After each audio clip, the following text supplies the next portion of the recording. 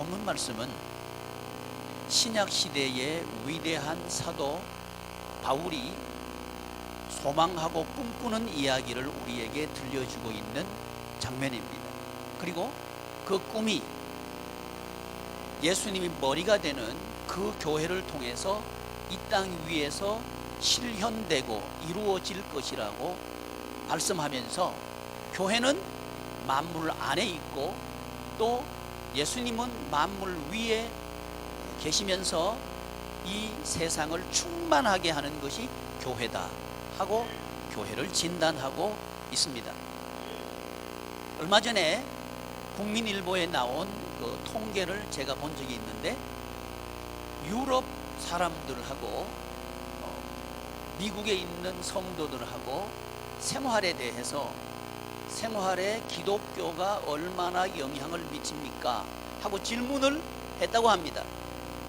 그런데 유럽 크리스찬들의 대답은 100명 중에서 14명이 내 생활에 교회가 영향을 미칩니다, 이렇게 대답을 했고, 미국의 성도들은 100명 중에서 68명이 내 생활에 교회가 영향을 미칩니다, 이렇게 대답을 했다고 합니다. 저는 그 대답을 들으면서 유럽이 쇠락하게 된 이유를 알게 되었고, 또 미국이 여전히 유일 강대국으로 지금 이 지구촌에서 그 능력을 나타내는 이유를 알게 됐습니다. 왜냐하면 성경을 보니까 교회는 만물 위에 있고 또 만물을 충만하게 하시는 이에 충만하는 것, 그것이 교회라고 성경은 우리에게 가르쳐 주고 있기 때문입니다. 그래서 기독교가 들어간 곳마다 문예 부흥이 일어났고 경제 발전이 일어난 것은 우리가 익히 알고 있는 역사적인 사실입니다. 물론 우리나라도 예외는 아니었습니다. 6.25 전쟁 이후에 우리나라 모든 경제적인 인프라는 다 그렇잖아도 부족한 그런 기반 시설이 파괴되었고 폐허가 된 상황이었습니다. 그런데 이런 상황에서 오직 변화가 있다면 그것은 기독교인들이 성경이 말하는 그대로의 신앙생활을 했다는 겁니다. 교회마다 기도의 열기는 불을 뿜었고 성도들은 하나님의 말씀을 사모했고 또 성도들마다 복음을 전하는 전도의 열기는 뜨거웠습니다. 이것이 유일한 달라진 면이었습니다. 지하자원 없고 인프라가 파괴된 상황이었고 물론 자본금도 없고 기술도 없는 그 나라, 이 나라가 지금 세계 10위라고 하는 경제적인 부흥을 가지고 온 것은 다른 데서는 이유를 찾을 수가 없습니다. 오직 교회가 교회의 역할을 했다는 겁니다. 교회가 교회의 역할을 할 때 성경이 기록된 그대로 만물 가운데 있는 교회가 만물을 충만하게 하는 그 기능을 하게 된 것이고, 그랬을 때 오늘의 대한민국은 가능했던 겁니다.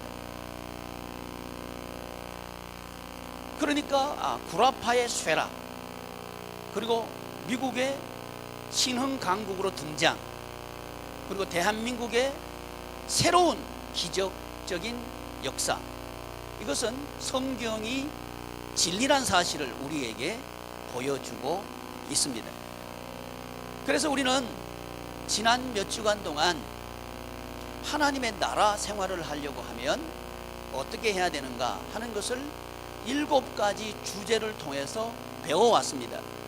오늘은 그 마지막 시간, 기관입니다. 어떻게 하면 우리가 천국 생활을 할 수 있을까? 또는 인간이 천국 생활을 하도록 하는 그 기관은 무엇인가 하는 이야기를 성경을 통해서 이번 주간에 배우도록 하겠습니다.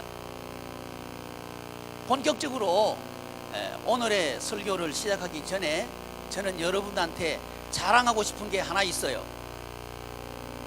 아멘 하는 사람은 내가 뭘 자랑하는지 아시나 보죠? 이걸 자랑하고 싶습니다. 보이시죠?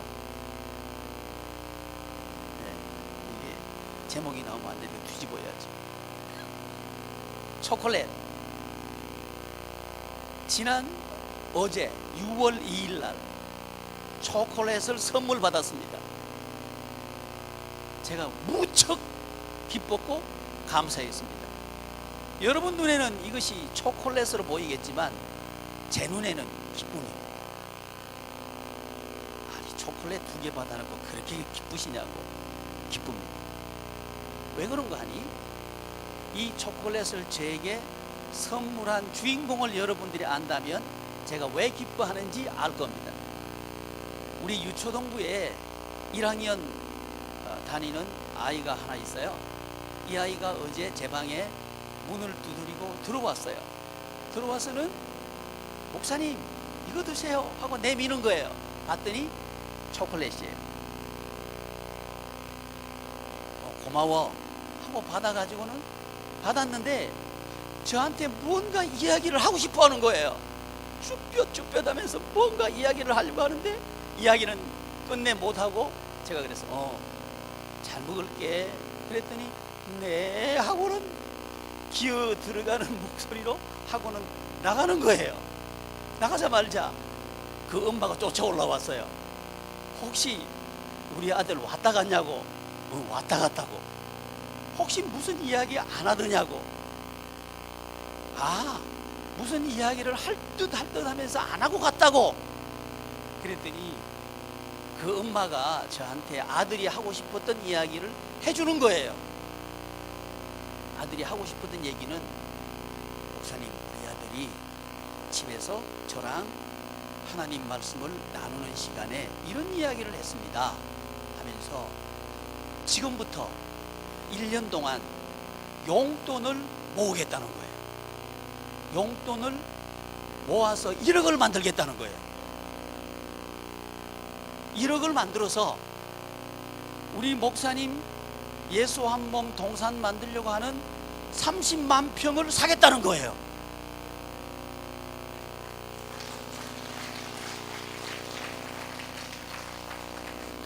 그 30만 평을 사서 놀이터를 만들겠대요. 운동 시설도 만들겠대요.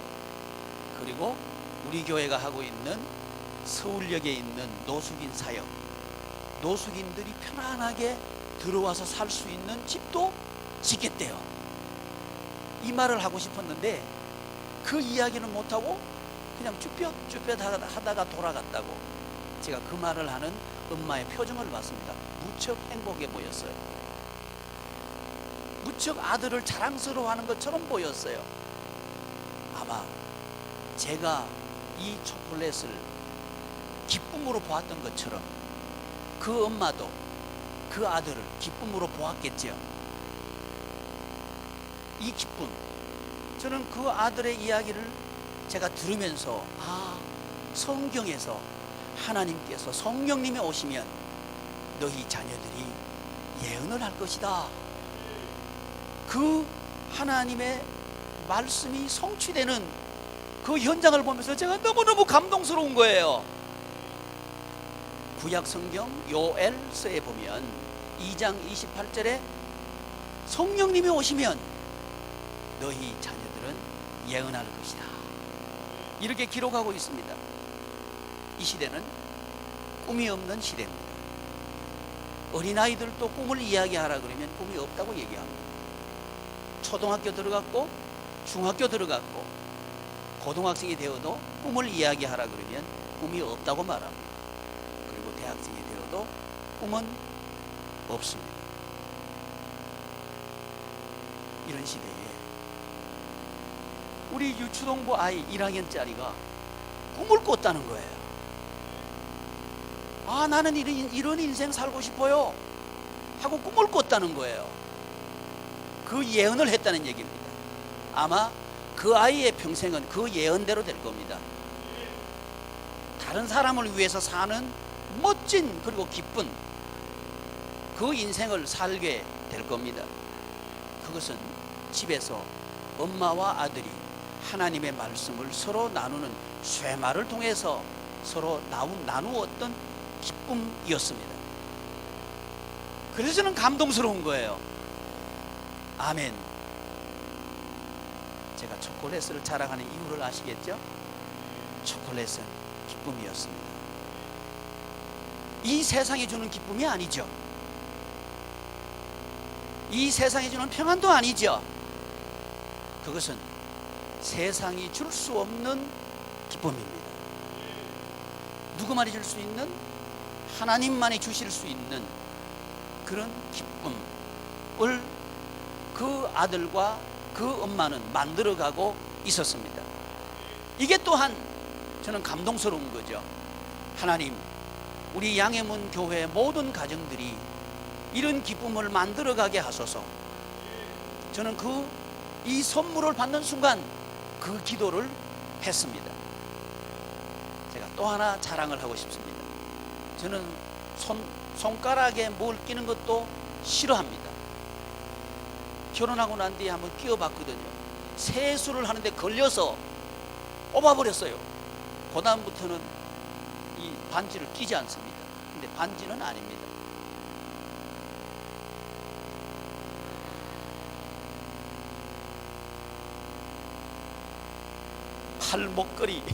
팔목걸이가 아니, 이게 뭐죠 이거?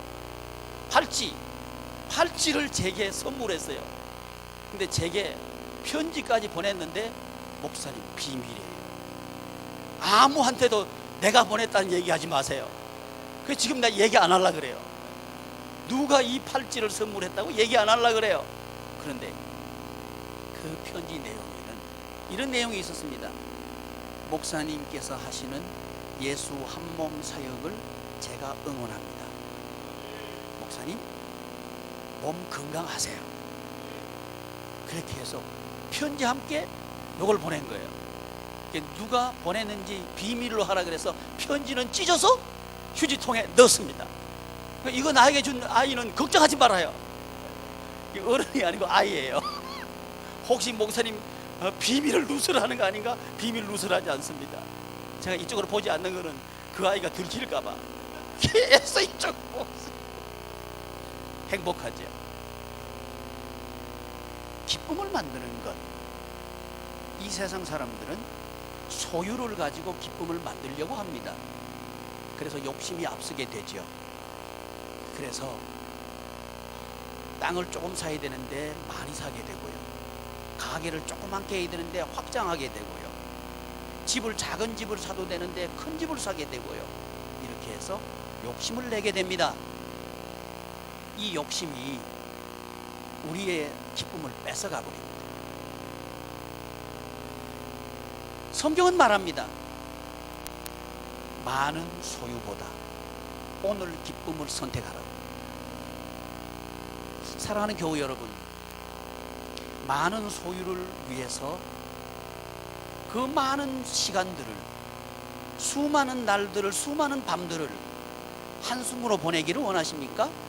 아니면 그 소유를 줄이시고 기쁜 얼굴로 서로가 서로를, 그리고 밝은 말로 서로가 서로에게 칭찬하는 그런 인생을 살기를 원하십니까?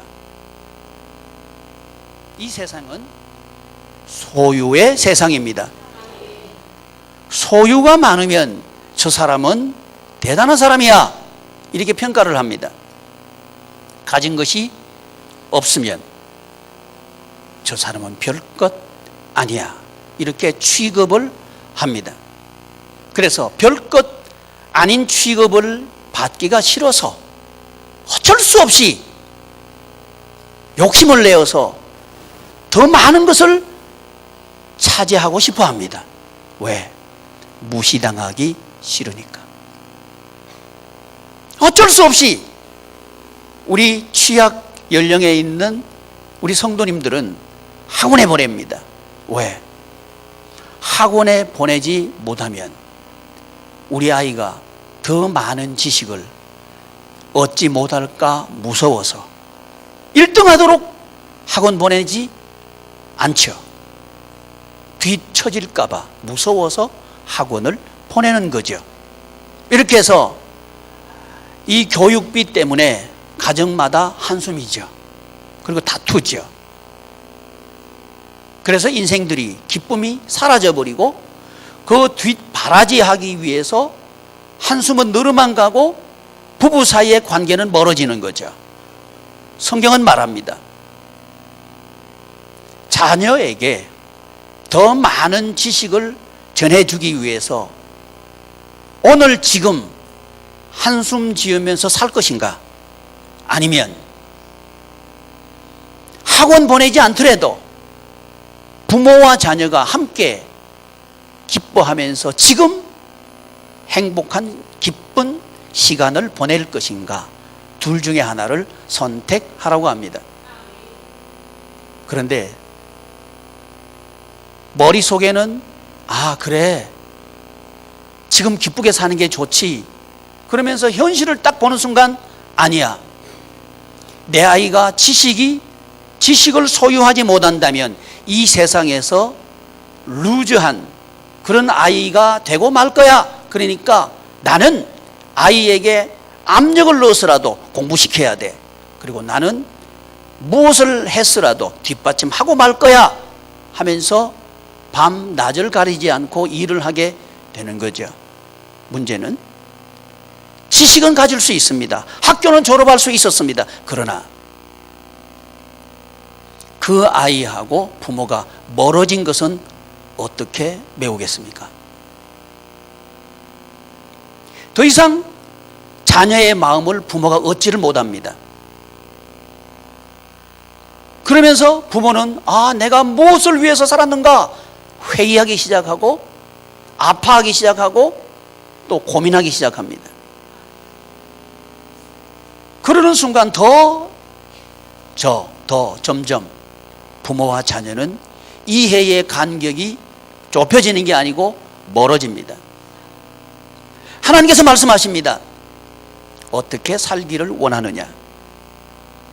이 세상은 소유의 세상입니다. 그러나 하나님의 나라는 관계의 나라입니다. 관계. 소유를 위해서 관계를 해치지 말아라는 거죠. 이 관계의 최고의 절정에 가면 기쁨이 있습니다. 지금 부모와 자녀들이요, 서로가 기쁜 관계를 우선적으로 살아라. 이것이 성경이 우리에게 제안하는 선택의 하나의 요소입니다. 그러면 문제는 여전히 하나 남습니다. 그러면 우리 아이는 어떻게 살고 하는 게 여전히 숙제로 남습니다. 제가 질문을 드리겠습니다. 우리도 그 성적이 좋아야 잘 살 수 있다는 그 생각을 받아들이고 공부를 했죠? 지식도 소유했습니다. 학교도 졸업했습니다. 그런데 지금 우리의 모습은 어떤 인생입니까? 이것이 결과입니다. 그렇다면 우리의 결과를 똑같은 인생을 반복하도록 우리의 아이들에게 요구하시겠습니까? 아니면 너는 나처럼 살지 말아라 이렇게 말하고 싶습니까? 1번, 2번? 대답을 안 하시는군요. 소유를 위해서 살지 말고 지금 이 팔찌를 주는 그런 인생을 살아라. 아멘. 우리의 자녀들이 엄마, 아빠에게 비밀이야 하고 이런 선물을 한다면 살만 나겠죠? 아빠, 엄마에게 비밀이에요 하면서 이런 선물을 받았다면 살만 나겠죠? 아멘. 어떻게 하면 이런 기쁨을 우리가 누리면서 살 수 있을까 하는 여기에 대한 대답이 교회라는 겁니다. 그러나 아쉽게도 이 시대 교회는 부패했습니다. 세속화됐습니다. 세속화됐다는 얘기는 세상과 너무 닮아 있다는 얘기입니다. 교회 나와도 여전히 관심은 소유에 있습니다. 돈에 있습니다. 그러니까 삶의 내용이 바뀌질 않는 겁니다. 교회 나와도 소용이 없는 거죠. 그 교회는 결코 만물을 충만하게 할 수 없습니다. 형식만 있고 내용이 없는 그런 크리스찬 가정은 기쁨이 없을 겁니다. 교회는 건물이 아니고 내용입니다. 교회는 형식이 아니고 실제입니다. 이게 있어야 교회입니다. 그 교회를 성경은 뭐라 그러느냐? 예수님은 교회의 머리다, 이렇게 말씀하셔서 교회의 내용이 무엇인가를 우리에게 가르쳐 줍니다. 그건 뭐냐 하면 교회의 내용은 예수님이다. 예수님의 무엇? 예수님께서 하신 일을 하는 것이 교회다. 그래서 교회 건물을 크게 지을 것이 아니고 예수님께서 하신 일을 하는 그런 교회가 되어라. 그럴 때에 만물은 충만하게 된다.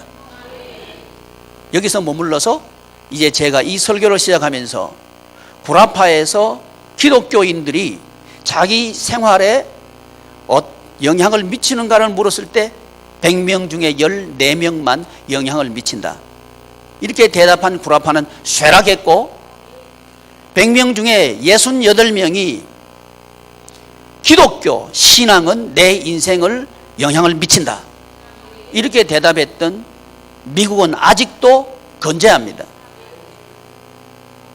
제가 알게 된 게 하나 있습니다. 아하, 미국이란 나라가 힘이 저거구나 하는 걸 제가 그 데이터를 보면서 확인했습니다.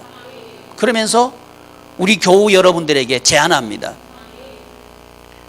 우리의 삶이 예수 그리스도가 되기를 원합니다. 그렇게 될 때 예수님은 우리 안에 사시게 될 것이고 우리는 예수님 안에 있게 될 것입니다. 그것이 지난 주간에 우리가 했던 포도나무 비유입니다. 포도나무 둥치가 된 예수님에게 포도나무 가지인 우리가 연결이 된다면 많은 열매를 맺게 될 것이다. 그 열매는 기쁨의 열매이고 평안의 열매이다 하는 사실을 우리는 배웠습니다. 그 기쁨과 평안을 지속적으로 그리고 구체적으로 그리고 또 확장하면서 우리에게 하나님께서 주시기 기뻐하셔서 주신 기관이 교회라는 겁니다. 만약에 기관이 없으면 일회적인 기쁨에 끝나버릴 겁니다. 그러나 기관이 있을 때 그 기쁨은 지속 가능해집니다. 그리고 확장 가능해집니다. 인생은 하나님께서 저와 여러분들이 사는 것은 돈을 위해서 살게 하신 것이 아닙니다. 큰 집을 위해서 이 세상을 살아라고 보낸 것도 아닙니다. 많은 빌딩을 소유하라고, 그걸 위해서 살아라고 하나님께서 우리를 이 땅 위에 보내신 것도 아닙니다. 우리를 보내신 이유는 하나님의 가족이 되어라고 보내신 겁니다. 그래서 하나님께서는 모든 만물을 지으시고 그 만물들을 인간에게 주신 겁니다. 인간에게 주셔서 뭐 하라고 하시느냐 하면 이름을 지으라고 하는 거죠.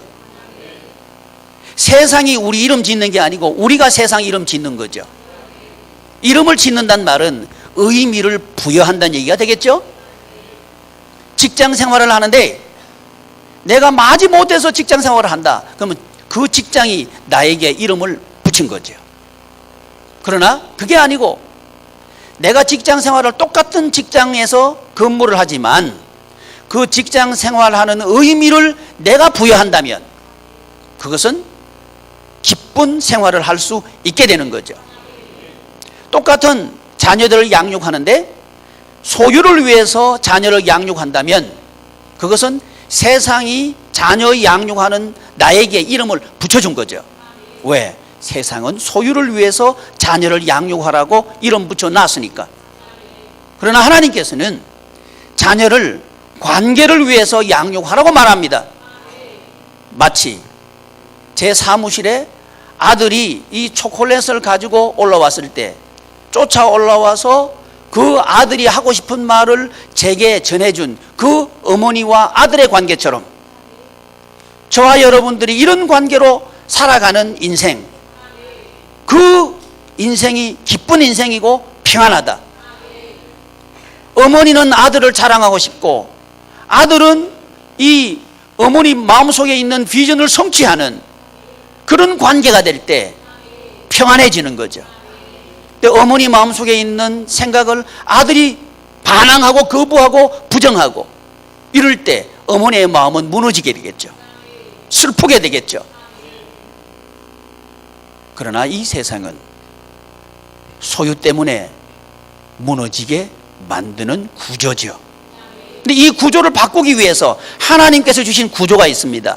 그게 뭐냐면 교회라는 거죠. 이 교회의 구조는 하나님께서 일체로 계신 것처럼 하나로 있는 것이 교회라는 겁니다. 하나님은 성부 하나님, 성자 하나님, 성령 하나님, 이 세 분 하나님은 삼위일체로 존재하십니다. 교회는, 하나님의 나라는 이 삼위일체 하나님께서 이름을 붙이고 통치하는 나라가 하나님의 나라입니다. 그 열매는 기쁨입니다. 하나 되어 있을 때 기쁘더란 얘기죠. 아멘. 생각이 하나일 때 기쁘더란 얘기죠. 같은 일을 할 때 기쁘더란 얘기죠. 아멘. 그분이 하나님이란 얘기입니다. 이 하나님께서 살아보시니까 너무 좋으신 거예요.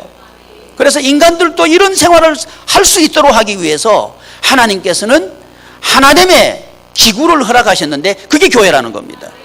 그 교회가 예수 한몸 교회입니다. 이 팔찌를 선물한 아이가 내게 응원한 게 예수 한몸 교회를 응원했다는 거죠. 그래서 그 아이하고 제가 통하는 거예요. 너무너무 행복한 거죠.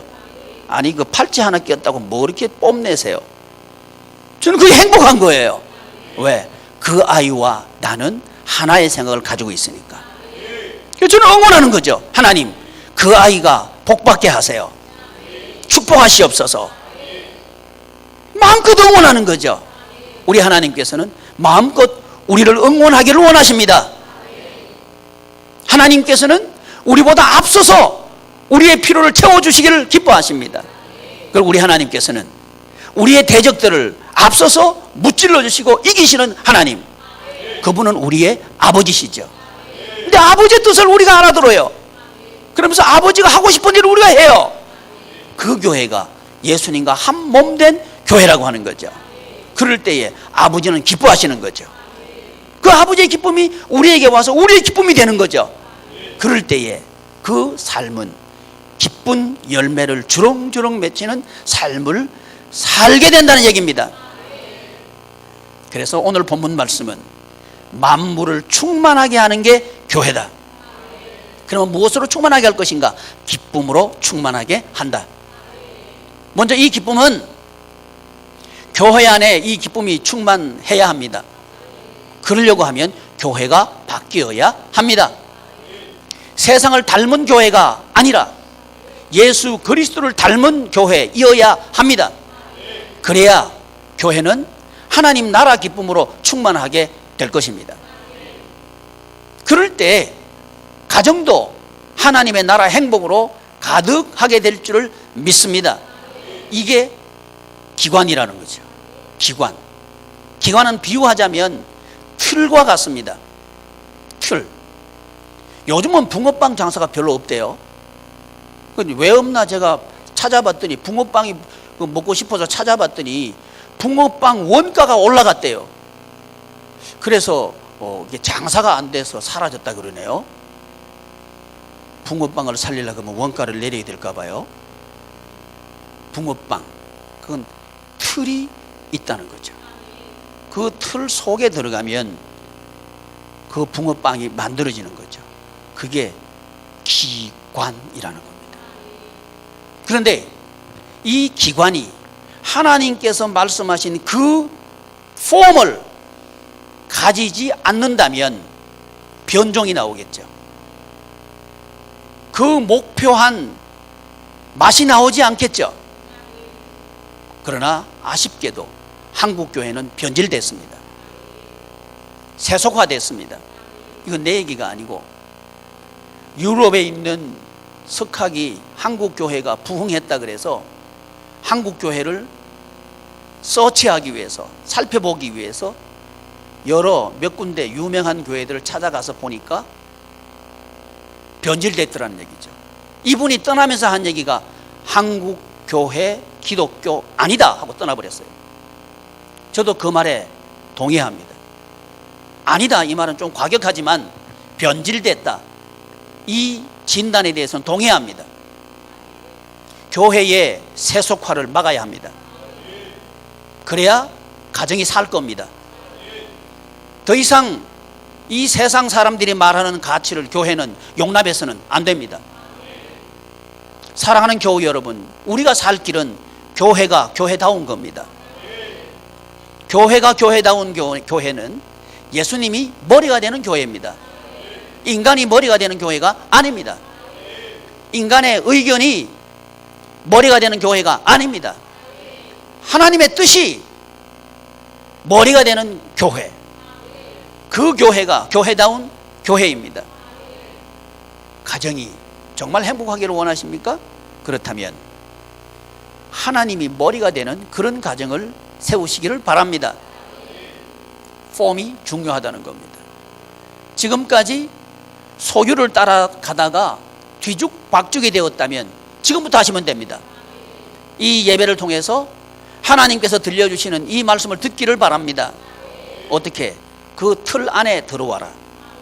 이것이 노아 시대에는 방주 안에 있는 노아와 그의 가족은 살았더라. 그 방주 안에라고 하는 단어로 기록했습니다.